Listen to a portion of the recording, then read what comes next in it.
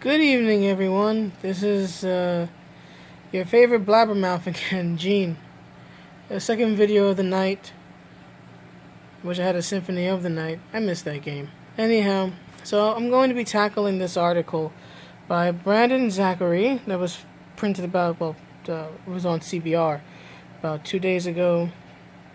I'm going to read it, comment on it, and see if I can refute this assertion that the 90s were comics' most hated era. Now, I will admit, I have a soft spot in my heart for most things 90s. The music, okay, the fashions can go. We had no sense of fashion. But the music, the games, the cartoons, the comics, they are near and dear to my heart. Right? Because that's my childhood. That's basically went from 5 to 14 in that decade. So, it means something to me. So let me see what exactly Mr. Zachary, Brandon Zachary, has to say and why the comics, in his opinion, were the most hated era, and now they're back, and it's everywhere. In the history of mainstream comics, the 90s are usually regarded fairly harshly. Yeah, I don't know about that. I think elements of the 90s, such as Rob Liefeld's art, are regarded fairly harshly. But that's just me. The era was defined by excess, usually including some giant weaponry and hard attitudes. Like I said, the stereotypes, like the big hair, big boobs, big muscles, big guns, big everything. But that's a stereotype. Not every comic looked that way. Needlessly over the top costumes, ridiculous character designs, and a wide range of crossover events became the norm for the industry. To an extent, but you can also look at today, and we're still having the same problems, just in the reverse. We went from over-the-top costumes to terribly bland costumes, such as Kate Bishop's also wonderful, distinct, unique costume of purple bodysuit with shoulder holes and hip holes that make no sense. And the character designs, while yes, ridiculous in the 1990s, we've gone from ridiculous to now totally indistinct character designs, and more importantly, the character personalities, especially in the female characters, are just interchangeable. Kate Bishop has a personality that's very similar to Kamala Khan, who has a personality that's very similar to Squirrel Girl. There's not much distinction in appearance. Well, distinction in appearance, I'll take that back. But not much distinction in personality. Everybody is the same stereotype, which was true in the 90s also, right? The 90s was the age of the anti-hero, but at least anti-heroes are fun to read about. And a wide range of crossover events became the norm for the industry, and that's still happening. So what are you talking about? That hasn't gone away. Ever since, it's become one of the most ridiculed periods in American comics, especially by the industry itself. I guess you forgot the hammy talk of 60s comics, but I digress. What makes it so surprising to see the sudden revival of various excesses of the 90s in the age of modern comics? Characters have reverted to their earlier incarnations. Events from the time period are returning in full force, even outside of comics. Superheroes are reverting to the perspective they had in the 90s, but why? Okay, this is fairly accurate. The 90s are back in. I think it's because, one, we never really moved on. I think because of the age of the internet, things don't quite fade into the past as they used to. And plus, for all the issues that there were with 1990s stories and comics and heroes and whatnot, and there were, I'm not going to say that there weren't. Those stories, at least in my opinion, had heart, and they had soul, and they were trying to entertain. I mean, they weren't always good. I mean, there are plenty of bad comics out there, plenty of bad comic art out there. But they were trying. I think the goal with every issue of a 90s comic, at least from the main companies, was to try to outdo the last issue. Try to do better, right? They were shooting for the stars. Remember, and this article, and I've read it several times, doesn't point it out, but for all the excesses of the 1990s, the 1990s was also the same decade in which X-Men #1, right, by Chris Claremont and Jim Lee, was released. That issue alone sold, I think around or over 8 million copies. It's actually a Guinness World Record holder for, I think, the highest selling single issue comic of all time, if I remember correctly. So yes, the Age of Access also had a comic, a single issue so popular that it sold millions and millions and millions of copies and made Marvel millions of dollars off that alone. Okay, so there was some good stuff happening in the 1990s. The industry, at least for a time, was healthy. The issue with the 1990s was that it was too much. It was a bubble and a bust. The 1990s suffered from an embarrassment of riches. A lot of comics today are just embarrassments. But continuing. Radical attitude. To fully comprehend how weird it is to see the 90s eras of comics making a comeback, it's important to look back at just how hard the eventual backlash to the period was. After years of comics trying to ape the mature themes of stories like Watchmen, the market had become oversaturated with cookie-cutter attempts at creating something adult and cool. That's fair. That's true. Because the thing that becomes popular becomes copied, and the copies become increasingly hollow. And we're seeing the same exact thing in comics today. Comics are trying to imitate manga, but they don't understand what makes manga popular. So the attempts come off as forced, try hard, and empty. Comics are trying to emulate certain aspects of older stories or the 1990s and the 80s, but again, are not understanding why it worked. So it comes off as try hard and empty. So it's not as if the same issues aren't appearing. Heck, what was it, during the Captain Marvel #1 review that I did, I noted that Spider-Woman's dialogue when she's saying that Carol can't die, the Kraken can't kill her, sounded like something out of Buffy. Buffy is 20-some years old, or around 20 years old at this point. So yeah, again,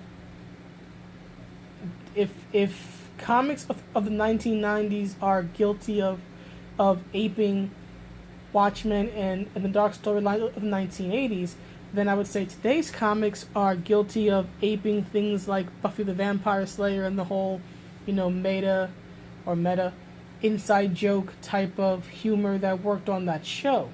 And I would say that they're guilty of aping TV shows and movies, basically, as DNC tends to say, trying to be scripts for the next big movie and big TV show. So if the 90s aped off stuff, so are today's comics. So it's just that the source being copied is different.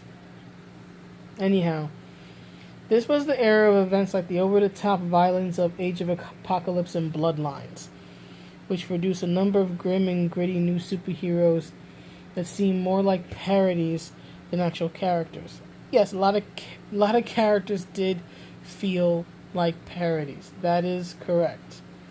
I don't think it's as problematic as this article makes it seem, but yes, a lot of characters did come across as caricatures because of the over-the-top nature of the 1990s. So I will give him that. The only character introduced in Bloodlines that had any real staying power was Hitman, And that was less because of the concept and more because of just how good Hitman by Garth Ennis and John McCree ended up being. So then again, like anything else, you need good writing. You need good writing to make it work. All we're asking for then and now is good writing. Coupled with the comics crash of 1996, which was so destructive to the industry that even Marvel Comics filed for bankruptcy. That is objectively true, but I thought they filed for bankruptcy in 97. But anyway, the response to the decade was felt even before we truly left it. Late 90s comics, particularly from DC Comics, were dedicated to taking the aesthetic of the current times and trying to fuse them with the ideals of earlier stories.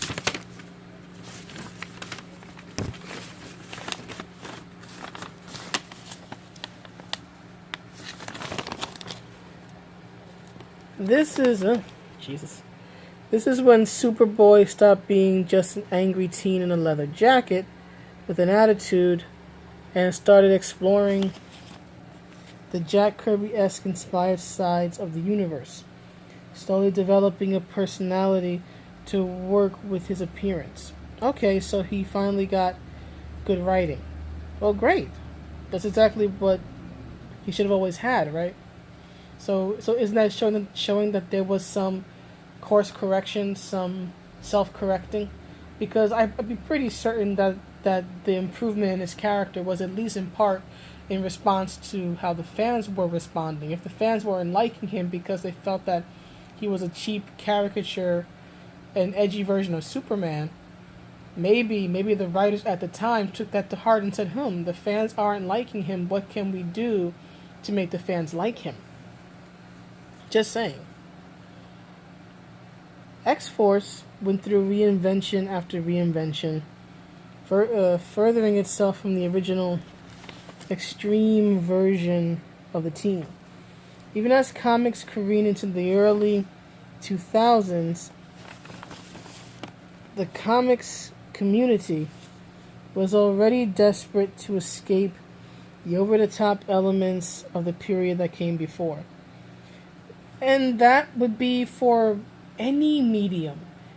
Whenever you go into a new decade, right, usually the response is the very opposite of what was popular the previous decade. For example, in the 80s, glam rock, the romantic movement, basically, party songs were very popular, right? You think of bands like Motley Crue, Poison, ain't looking for nothing but a good time. What was the response in the early 90s? Nirvana, Pearl Jam, Soundgarden, the Black Crowes, alt, grunge, right? All this dark, moody music. This is just a trend that you see. And just like when the 2000s came, the late 90s and the early 2000s, what happened? They were moving away from the dark, angsty rock that had been popular in the 1990s, and it was the revival of pop. You had Ricky Martin, you had Britney Spears, Christina Aguilera, Jennifer Lopez, right? Bringing the lively pop sound back, right? It was the revitalization of boy bands, which had died off in the early 90s when what was their name? The New Kids on the Block became unpopular. So yeah, that's just the way entertainment works. Usually, whatever was popular in the previous decade, what comes up next will be the polar thematic opposite. If it was hopeful in the previous decade, it's going to be gritty in the new one. If it was gritty, it's going to be hopeful. So that's nothing new. The return of the excess. I'm elegantly wasted. So what brought all that back to the forefront? It made for fun stories to read? Just saying. Part of it has to be tied to nostalgia. It's been almost 20 years since the close of the decade, and the people who grew up with that excess as their introduction to comics are now becoming the creative voices behind those same franchises. Perhaps, but outside of the popularity of characters such as Deadpool and Venom, and out of the movie franchises aping 80s and 90s storylines like, Infinity War and Endgame, which are based on the Infinity Gauntlet storyline from the 1990s, I don't see where there's this big return to the 90s style, or how writers who are probably going to be my age or a little younger, I'm 34, or how writers who are my age or a little younger or even a little older are somehow bringing back the 1990s. I'm not seeing it. I read a lot of 1990s comics because I actually missed a good chunk of them growing up because I played video games more than I read comics. So I'm actually trying to catch up, and outside of, again, a few characters like Wolverine coming back and all that, I don't see this return to the 1990s. I would say that it's the films that are more 90s-esque in a way, because of the fact that, again, they are taking characters like Deadpool, who were popular in the 90s, like Cable, who were popular in the 90s, and giving them movies. They're taking storylines like Infinity Gauntlet that was in the early 90s and adapting it. But I don't see the return of the 90s in comics itself for the most part. That's just me.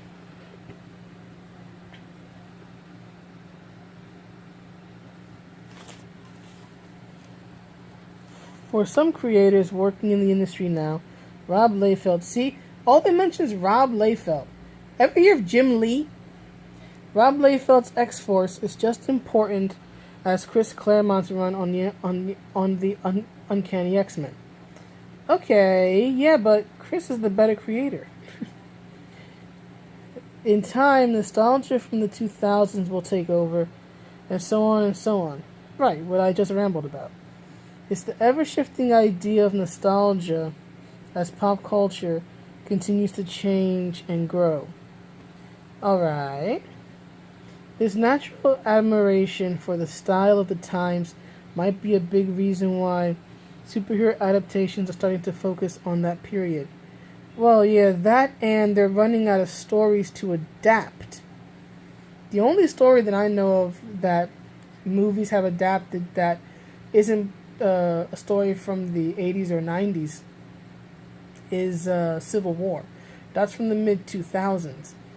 Now, I'm not a big movie fan, so I could be wrong, but that's the only one that I know of. So maybe the fact that out of all the stories that they could adapt from the 80s to, let's say, 2010, for the sake of argument, I find it interesting that the majority of the ones that have been adapted by Marvel and DC have been the ones from the 80s and from the 90s. Maybe, just maybe, it's speaking to the lack of quality that movie companies and movie studios are looking and going, the stuff in the mid-2000s, we don't think we can, really adapt that and, turn that into a movie that the masses would like. Just a thought.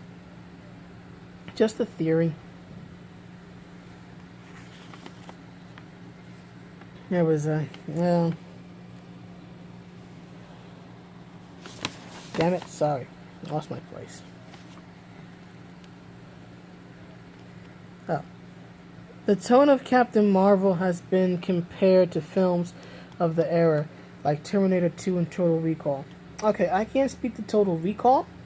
I may have seen it once when I was a kid.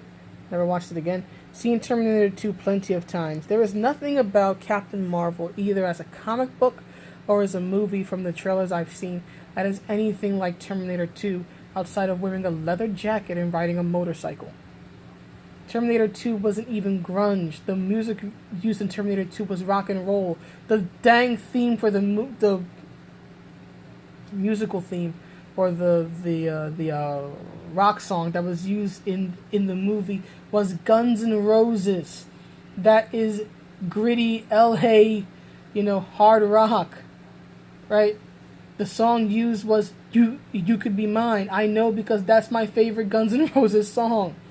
Okay, so it wasn't like it had this grunge aesthetic. It had this very much of a gritty hard rock feel. I mean, you look at the way the characters are dressed, especially Terminator, all dressed in black leather, we're wearing a motorcycle. If there was a musical aesthetic to it, it was hard rock, not grunge. Hard rock, especially the gritty glam LA style type of rock that Guns N' Roses represented, is antithetical to the 1990s. So yeah, I don't see where it's like Terminator 2. First of all, Terminator 2 at least had personality. So again, where? The death of Superman and reign of the Supermen will be the third time the blockbuster comics event will have been adapted to film, including the 2007 take on the same story and the overarching plot of Batman v Superman, Dawn of Justice, and Justice League. Right. Those time periods are popular because they have stories that resonate with people, and the movie studios know this. Think about, for example, on the DC side, what's the sequel to Wonder Woman being called? Wonder Woman 1984. Okay, even the movie studios know that their best chance at making money and putting people in the seats is to adapt the big stories from the 80s and the 90s. The stories that have come out since that time period. There have been some good stories, not everything is trash, but a lot of the stories that have come out haven't lived up to the legacy that was left to them. They're still in the shadow of Claremont and Miller and all these other comic writers. People who grew up with those stories as their gateway into the medium will always have an affection for them and their aesthetic. Fair enough, that's true. And since they're the ones making the stories now, it's understandable they'd pull from their inspirations. Okay, everybody does that. That doesn't mean that the 90s are making a rip-roaring comeback. In fact, everything that I see that's supposed to be 90s, like the Captain Marvel trailer, is distinctly not. It's the 90s by people who don't understand what the 90s were because they didn't live through it. Much like how Grant Morrison and Mark Waid were inspired by earlier eras during the comics heyday of the 90s. Okay, yes. People are inspired by what they grew up with. What is your point? The new Dark Age. Ouch. Another factor might be the world around us. The 90s as an era was filled to the brim with post-apocalyptic stories. That's true. This is the time where stories like Rock of Ages and Age of Apocalypse were on the stands, and movies often flirted with the idea that society was on a doomed path that it couldn't avoid. I contest that. Yes, bad future stories, post-apocalyptic stories were popular. However, I disagree with the assertion by the writer that there were stories about how we were basically on a highway to hell with no way off. They were not about that. I'll use Terminator as an example. The writer introduced Terminator, I'm going to use Terminator.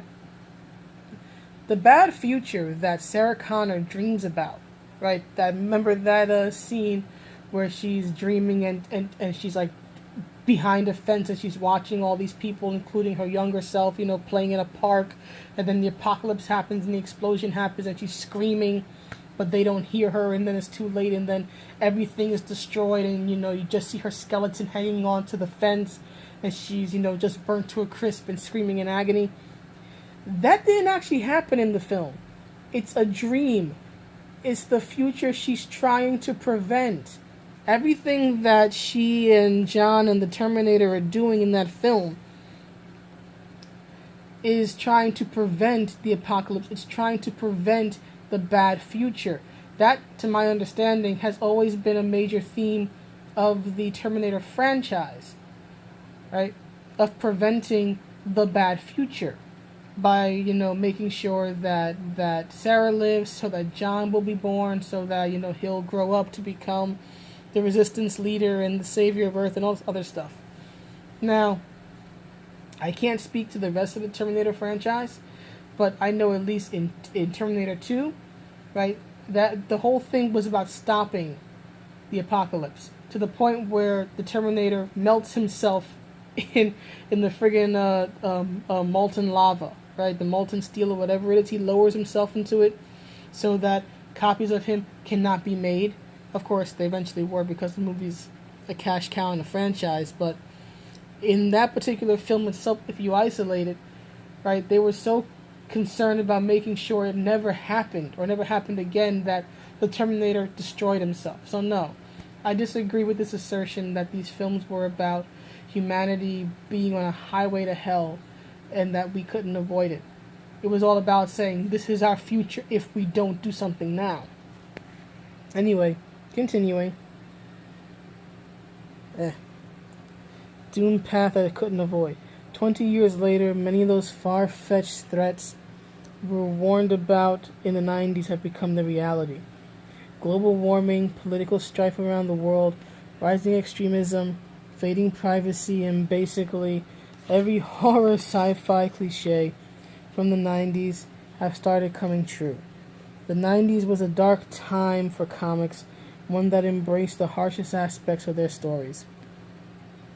But in the modern day, some of those stories don't seem so ridiculous. And that's what happens. That's what happens over the passage of time. The lens that we look at pop culture through changes because times change. I mean, take a look at the movie Heathers from 1988 or 1989. At that time, the idea of a teenager poisoning other teens and killing them and threaten and not just threatening but attempting to blow up the school seemed ludicrous. It seemed so over the top that it was turned into a dark comedy for laughs. Today, it's all too real a possibility. Pop culture always looks different going down the line because pop culture, whatever decade it's made or year it's made in, is static. Right? It is static. Time is not static. Time moves forward. It doesn't move backward. It doesn't move always in the direction we want it, but it moves. Whereas pop culture, such as movies and whatnot, don't. And that's why they look different when you look at them years and years and years later. Because you've changed. Because life has changed. The return of elements prevalent in the 90s aren't just being replicated. They're being re-examined and tweaked from a new perspective. Are they? The build-up to Age of X-Men has been an exploration of the good intentions that could lead to a ruined Earth. That's a theme that's been explored plenty of times before. That's nothing new. That's not something that was unique to the 1990s. Young Justice focuses on the teen heroes of the original series, but with a level of awareness and maturity that the new versions of the characters like Bart Allen took decades to develop. Well, didn't Teen Titans kind of do the same thing back in the 80s and the 90s? Shatterstar has become the most recent LGBTQ character in the Marvel Universe to receive his own solo series. What does that got to do with anything? That's supposed to be saying that it's more progressive because there's a non-straight character with his own solo series. Well, there's Iceman. Iceman stories aren't good. So what's the point? Even as the era seems to be returning to prominence, I would disagree with that. I would say that the era is being aped for the movies, but I don't know about a return to prominence. It's with a new level of awareness that reinforces the earlier material and improves upon it. rather than just rehashing it. Yes, this classic trope of thinking that you're doing it better. Really, you're not. So, while it might seem strange to see the concepts of the 90s returning, no, it's not strange at all. Those concepts were entertaining, and nostalgia's in. It's exciting to see them carrying weight they never used to. Didn't you just say that stories in the 90s had hard attitudes and were heavy and were dark? They carried plenty of weight. In fact, they carried too much weight. Look, here's one of the reasons why I like stories from the 90s. For all their flaws. 90s in the stories in the 1990s and in the 80s, but really in the 90s, had heart, soul, and while I don't like to be rude, I gotta say it, balls. They had actual personality. Were the personalities garish and over the top at times? Yes, but there were personalities. One of my favorite series that I'm actually reading through right now is Silver Sable. The Silver Sable run from the early 1990s. And the reason why I like that run, and I'm liking it more as I read through it, is because it's a redemption tale disguised as a cheesy 90s action comic. Okay? Now, this is to say it's a perfect comic. No, it is in many ways standard for its time. In its art style, in its stories it tells. But it's also in many ways everything that Marvel used to be, that Marvel isn't now. Marvel isn't daring. Marvel isn't willing to take risk. Silver Sable, for example, takes in characters who are not just, former criminals like say Sandman, who she does take in and give him a second chance. She takes in characters that, first of all, used to work for her ex-husband, who's trying to now kill her because he's jealous that she moved on without him. But also taking characters who are ex-Hydra. The character of Powell is basically a charmless version of Gambit who has no respect for Sable as a person. And on top of that, as if all that wasn't bad enough, he's a former bodyguard for the Ku Klux Klan. Marvel Comics in the early 90s thought that you could put an ex-bodyguard of the Klan on the good guy team, and did it. They actually took a very sympathetic look at Powell, at his thought process, at his motivations, why he is the way he is. Hell, Sable even pairs him up with Battlestar. If you've never seen Battlestar, it's basically imagine Sam Wilson's Falcon